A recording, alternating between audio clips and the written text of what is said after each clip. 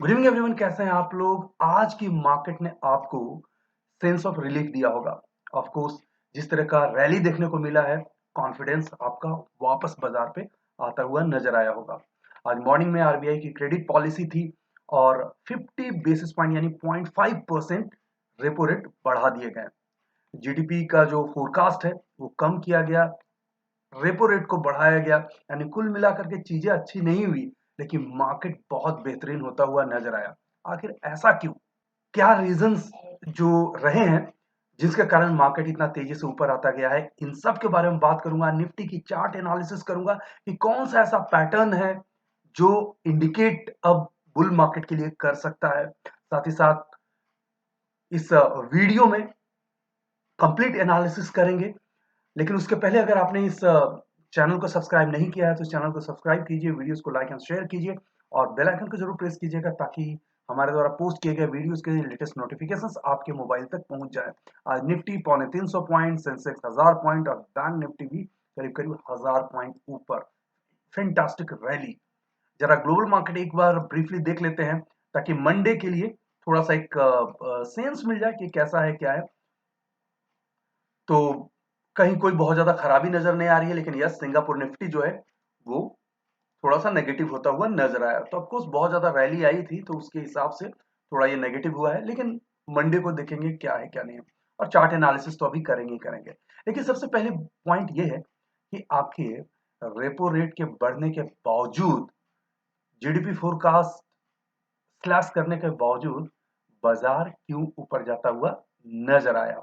Morning में बहुत ही खराब लग रहा था, लेकिन उसके बाद बड़ी तेजी से मार्केट रिकवर किया। आखिर क्यों? तो कुछ पॉइंट्स मैंने लिखे हैं जो आपको एजुकेशन पर्पस के हिसाब से, स्टडी के हिसाब से थोड़े हेल्प करेंगे, तो वो मैं आपको बता करके चलता हूं। तो सबसे पहली बात तो ये है कि 50 बेसिस पॉइंट जो रेपो रेट बढ़ाया गया, वो लगातार चौथी बार, फोर स्ट्रेट इंक्रीज है। आप समझ सकते हैं कि इन्फ्लेशन कितना परेशान कर रहा है world wide, of course India में भी, जिसके कारण बार बार जो है वो रेपो रेट को बढ़ाना पड़ रहा है। Repo rate basically repurchasing rate, वो रेट होता है जिसमें बैंक जो है वो आरबीआई से पैसा ले रही होती है। तो कैश फ्लो को कर्व करने के लिए, to suck the money out of the economy, repo rate को बढ़ाया जाता है। तो लगातार चौथी बार बढ़ाया गया और कुल मिलाकर करके अगर आप मिड ऑफ मई से देखेंगे तो करीब 190 बेसिस पॉइंट, करीब करीब 2% के आसपास जो है रेपो रेट बढ़ा दिया गया है। तो अब सवाल फिर से उस पे आता हूं कि आखिर क्यों मार्केट जो है वो बेहतर होते हुए नजर आई। तो सबसे बड़ा जो रीजन है ना, वो रीजन है शॉर्ट कवरिंग का। शॉर्ट कवरिंग क्या होता है? बहुत जब हैवली शॉर्ट पोजीशन होती है, यानी शॉर्ट सेलिंग की जाती है, प्राइस गिर रहा है और ओआई जो है शॉर्ट के बढ़ते जा रहे हैं, तो बेसिकली उसे हम बोलते हैं कि शॉर्ट हो रहा है।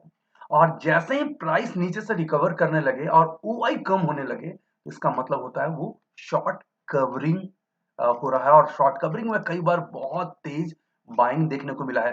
तो सबसे बड़ा रीजन जो था वो शॉर्ट कवरिंग था।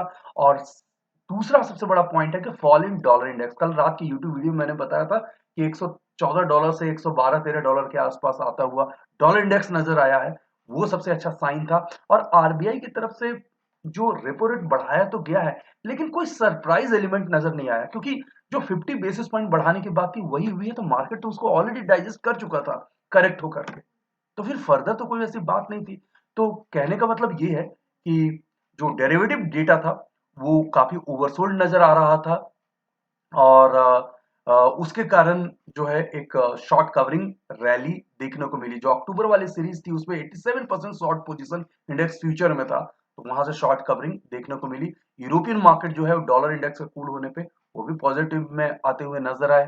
तो आपको रीजन आपको समझ में आया गया होगा, डॉलर इंडेक्स का कूल होना और साथ ही साथ आरबीआई की तरफ से कोई अलग से सरप्राइज नहीं होना, वही हुआ जो कि एक्सपेक्टेड था। तो मार्केट उसे डिस्काउंट कर चुका था। और तीसरी बात, शॉर्ट कवरिंग। तो शॉर्ट कवरिंग के कारण मार्केट तेजी से ऊपर आते चले गए। इसलिए बहुत सारे नए लोग जो स्टॉक मार्केट को सीख रहे हैं, समझ रहे हैं, एनालिसिस सीख रहे हैं, वो शॉर्ट कवरिंग को बहुत बार ध्यान दें, नहीं तो उनके चार्ट पे स्टॉप लॉस ही हिट होते रहेंगे। कहां से रिवर्स कर रहा है आपको पहले से एंटिसिपेट करना होता है। बैंक निफ्टी का बेहतरीन बाइंग मैंने टेलीग्राम पे शेयर किया था, इंस्टाग्राम पे भी शेयर किया था, जहां से बाइंग आ ही रही थी 38,000 के आसपास, वहां से 700 पॉइंट बैंक निफ्टी ऊपर आता हुआ नजर आया। वो सब मैंने आप लोगों से शेयर किया। अगर टेलीग्राम के अभी तक मेंबर नहीं है, बिल्कुल फ्री है, तो टेलीग्राम चैनल को जरूर ज्वाइन कीजिए और मुझसे लाइव मार्केट में कनेक्ट होते रहिए।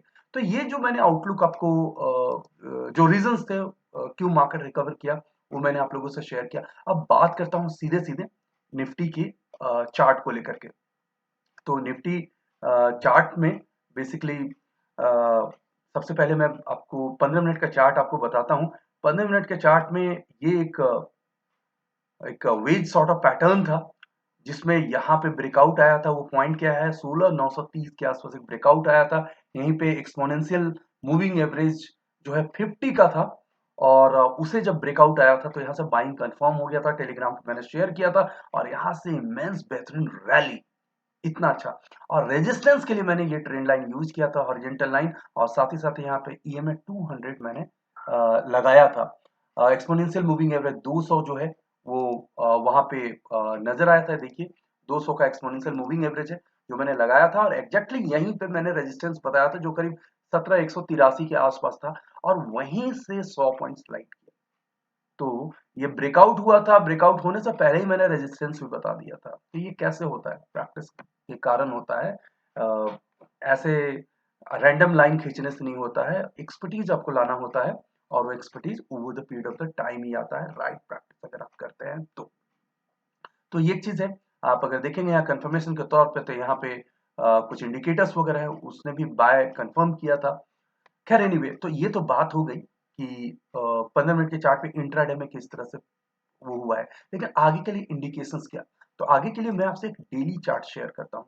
डेली चार्ट में खास बात ये रहा है कि ये जो लाइन आप देख रहे होंगे, ये मूविंग एवरेज जो है 200 का है, जो 16,983 के आसपास है।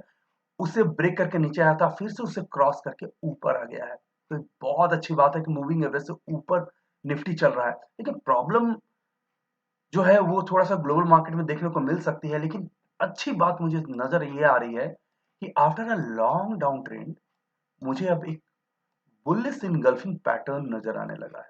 बुलिश इनगल्फिंग एक बुलिश रिवर्सल पैटर्न होता है, जब फर्स्ट रेड कैंडल को सेकंड रेड कैंडल पूरी तरह से इनगल्फ कर जाए, पूरी तरह से खा जाए, तो उसे हम बुलिश इनगल्फिंग पैटर्न कहते हैं। लेकिन इसमें कंडीशंस क्या होगा, ये लाइन अगर यहां से कोई कैंडल ऊपर अगर क्लोज हो जाती है, तो उसके बाद हम बहुत अच्छी वाली रैली देख सकते हैं अपसाइड की ओर।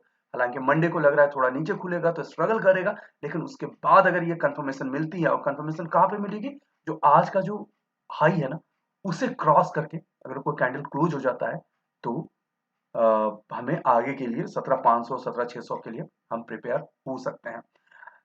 जो बॉटम अप क्या बन गया है, आपको याद होगा कल रात की यूट्यूब वीडियो में मैंने आप लोगों को बताया था कि कहां से एक बाउंस बैक आ सकता है, बॉटम कहां पे हुआ है।